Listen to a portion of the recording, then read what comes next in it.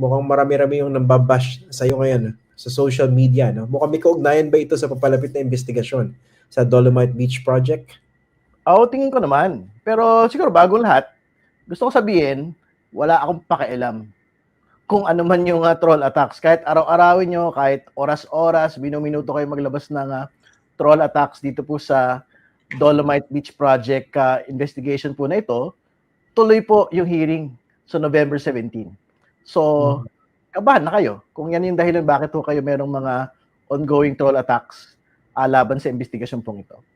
Kailan mo ba napansin, Kong Terry, itong mga troll attacks na ito? At ano ba yung mga usually binabanggit laban sa'yo? Well, actually, yung pagsisimula niyan nung natanong yan nung last week, no, nagkaroon ng press briefing sa Kongreso, not on the Dolomite Project, parang nagtatanong lang sila mas doon sa mga goings-on, ano na yung mga plano sa ICI, ano yung plano sa SALN, no? At syempre, tinanong na nila ano yung mga susunod pang mga pagdinig. So, nabanggit in passing yung pong Dolomite Beach Project. And syempre, rightfully so, kasi kasama naman po yan dun sa mga itinabi ng mga pagdinig. Nung po nga nag-focus po tayo sa flood control controversy sa ilalim po ng pinagsamang TRICOM ng House Infrastructure Committee na tayo din po yung overall chair. So, I think yun yung pinagsimulan at tuloy-tuloy po siya hanggang sa ngayon. Nakikita ko iba, medyo AI-generated pa, no? And ikaw, medyo patola ka rin, Kong Terry, no? Pinopost mo yung mga pambabash and then you comment on them. Tama ba?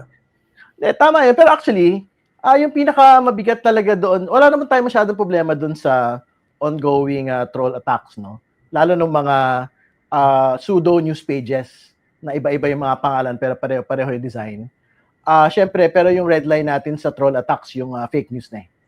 No? Kasi syempre, yung binabanggit na nila na may binanggit daw ako na yung pong Dolomite Beach Project, dapat hindi na yan pinondohan at ang dapat pinondohan, yung pong mga flood control project. No? So never ho natin yung binanggit kahit kailan. So yan po yung in-amplify nila. So nilista natin yung iba't ibang mga pseudo pages, pseudo news pages na nag-amplify at nag-publish po nito. Anong balak mo rito sa mga pseudo news pages na ito? Well, I think coordinated inauthentic behavior po ito, particularly dito po sa fake news, no? Nito pong pagtatali po ng flood control funding sa Dolomite Beach Project, no? Yung pagbabangga sa kanilang dalawa. Pwede mag-coordinate sa Meta tungkol sa bagay po na ito. Para syempre una, ma-take down yung fake news, pero pangalawa, kung mapakita na meron talaga actual coordinated inauthentic behavior, dapat ma-take down yung mga pages po na ito. How about some legal action, possible legal action? Well, simulan muna natin siguro doon sa Meta coordination. No? Kasi tingin ko, mapapansin din naman nila yun eh. Pagka ho talagang paulit-ulit at halos isa po yung tono ng mga content, tingin ko they can actually state na coordinated inauthentic behavior po ito. Kasi of course, you and I know that the problem with this kind of coordinated inauthentic behavior is that your response to whatever that is basically reactive. Kumbaga, miski i-take down yung mga pages na yan, kumalat na, may mga naniwala na. O baka meron ng pagkilos na ginawa yung iba base sa impormasyon na yan. Well, katulad ng binanggit ko naman, Christian, hindi naman tayo naiiyak eh. Dito sa troll attack na ito. So, ibig sabihin, sige lang, hindi, gawin nyo lang. Wala naman ako masyadong pakialam eh.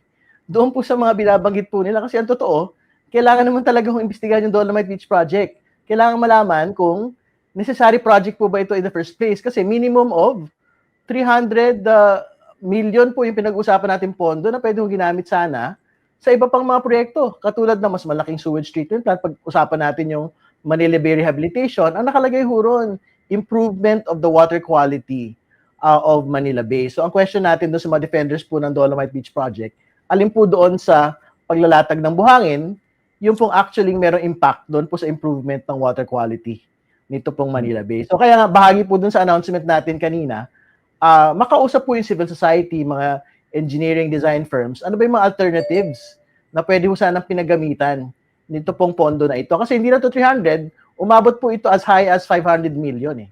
So ibig sabihin, mas marami ba tayong nagawang sewage treatment plant dito po sa mga sinasabi ng MMDA na mga nabarahang mga outfall para kumbaga hindi ho talaga nagbabaha doon sa immediate vicinity ng Ermita at Malate. So these are questions that we will have to ask during the course of the hearing. So, abangan na lang siguro ng mga Dolomiters ito po nga pagdinig po na ito.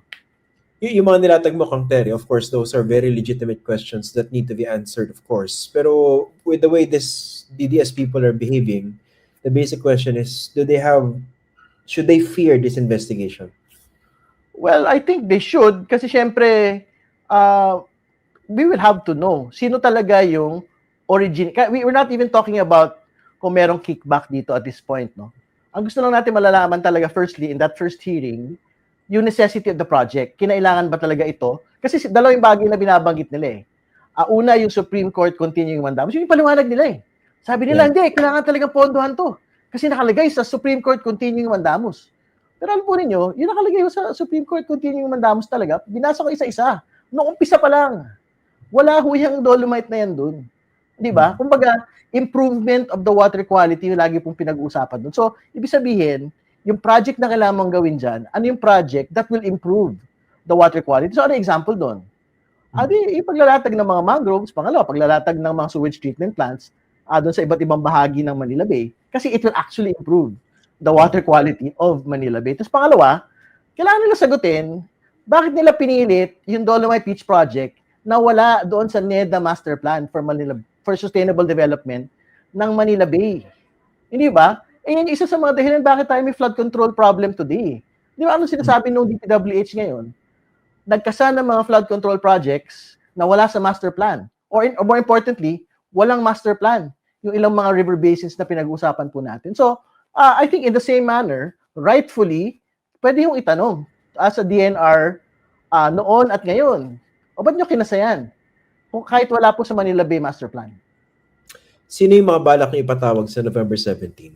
Well, I think at this point, no, pagpaliwanagin muna natin officially yung pong mga ahensya. So, DNR, DPWH, MMDA, yung DepDev, yung dati pong NEDA, at syempre City of Manila. Gusto natin malaman, under this new administration, pinaninindigan pa rin po ba ng bagong gobyerno yung pong pagpopondo nito pong Dolomite Beach Project po na ito. Ipapatawag rin ba rito si Mayor Isko Moreno?